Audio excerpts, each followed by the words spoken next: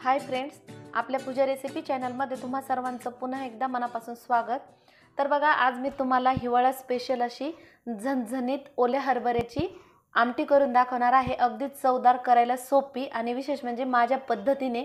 तर मग आता वेळ न घालवता ही आमटी कशी बनवायची हे आपण लगेचच पाहणार आहोत। तर एक ढाळ्याची जुडी होती, तर त्याचे बाउलभर असे हे घाटे तोडून घेतलेत मी आणि त्यानंतर ते घाटे सोलून एक वाटी असे हे हरभरे झालेले आहेत। तर आता ते हरभरे मी भाजून घेते, चांगले भाजून घ्यायचे। तर हे पहा, चांगले भाजून झालेत तर मी काढून घेते।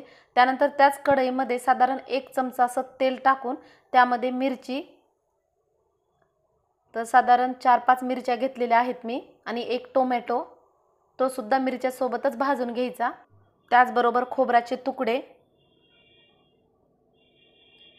आणि लगेचच शेंगदाणे, टोमॅटो, शेंगदाणे, खोबर आणि मिरची एकत्र तेलामध्ये भाजून घ्यायचं। मला असं वाटते थोडंसं तेल कमी पडलंय, परत मी 1 हात चमचा यामध्ये टाकलंय। मंद आचेवरती चांगलं भाजून घ्यायचं। टोमॅटो चांगले वाफून झाले तर टोमॅटो, शेंगदाणे, खोबर, हिरवी मिरची आणि हरभरे, थोडीशी कोथिंबीर हे सर्व मिक्सरच्या भांड्यामध्ये थोडंसं पाणी टाकून हे पहा, अशा प्रकारे मी याची ग्रेव्ही तयार करून घेतली आहे। आता फक्त आपल्याला डायरेक्ट फोडणी टाकायची आहे। तर त्यासाठी कढईमध्ये थोडंसं तेल गरम झाल्यानंतर अर्धा चमचा मोहरी, रात्रीची वेळ असल्यामुळे थोडासा व्हिडिओ हा क्लिअर येत नाही। त्यानंतर अर्धा चमचा जिरे,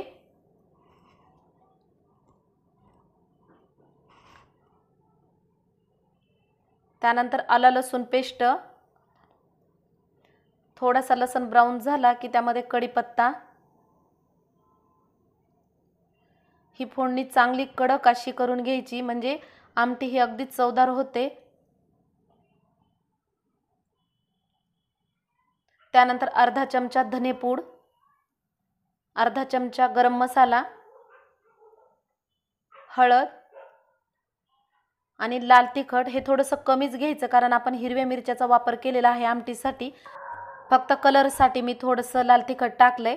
आता ही संपूर्ण ग्रेव्ही आपण फोडणीमध्ये टाकूयात। तर हे पहा, 1-2 ते 3 मिनिटे कंटिन्यू आपल्याला अशा पद्धतीने हे परतवून घ्यायचं आहे फोडणीमध्ये। आणि त्यानंतर पाणी, मिक्सरच्या भांड्यात थोडंसं पाणी टाकून मी विसळून घेतले, म्हणजे ते पूर्ण ग्रेव्ही त्याला चिटकली होती। तर हे पहा, साधारण मी 1 ते 1.5 ग्लास असं पाणी यामध्ये टाकले। आता याला उकळी आल्यानंतर चांगला घट्टसरपणा येईल, तर त्यासाठी सुरुवातीला थोडंसं पातळच ठेवायचं। आणि आता चवीपुरतं मीठ। तर हे पहा, एकदम मंद आचेवरती ही चांगली आमटी आपली उकळून झालेली आहे। आणि आमटी आपली उकळून झाल्यानंतर मी अगदी थोडासा असा चिंचेचा कोळ टाकलेला आहे। म्हणजे हे सगळे शेवटी मी का टाकलेला आहे, सुरुवातीला जर आपण हा चिंचेचा कोळ टाकला असता तर आमटी ही थोडीशी आंबट झाली असती। तर त्यानंतर मी थोड्याशा उशिरा टाकलेला आहे। आणि एक उकळी काढून झाली की मग लगेच गॅस मी बंद केलाय। तर अशी गरमागरम भातासोबत, भाकरीसोबत ही ओल्या हरभऱ्याची आमटी खूप भारी लागते। त्याचबरोबर व्हिडिओमध्ये मी तुम्हाला ओल्या तुरीची सुद्धा आमटी करून दाखवलेली आहे, त्याची ही व्हिडिओ लिंक मी डिस्क्रिप्शनमध्ये दिली आहे। तुरीची आमटी मी कशी बनवली आहे ते सुद्धा पहा, आणि या दोन्ही आमट्या तुम्ही नक्की घरी करून पहा। पुन्हा भेटूयात, धन्यवाद।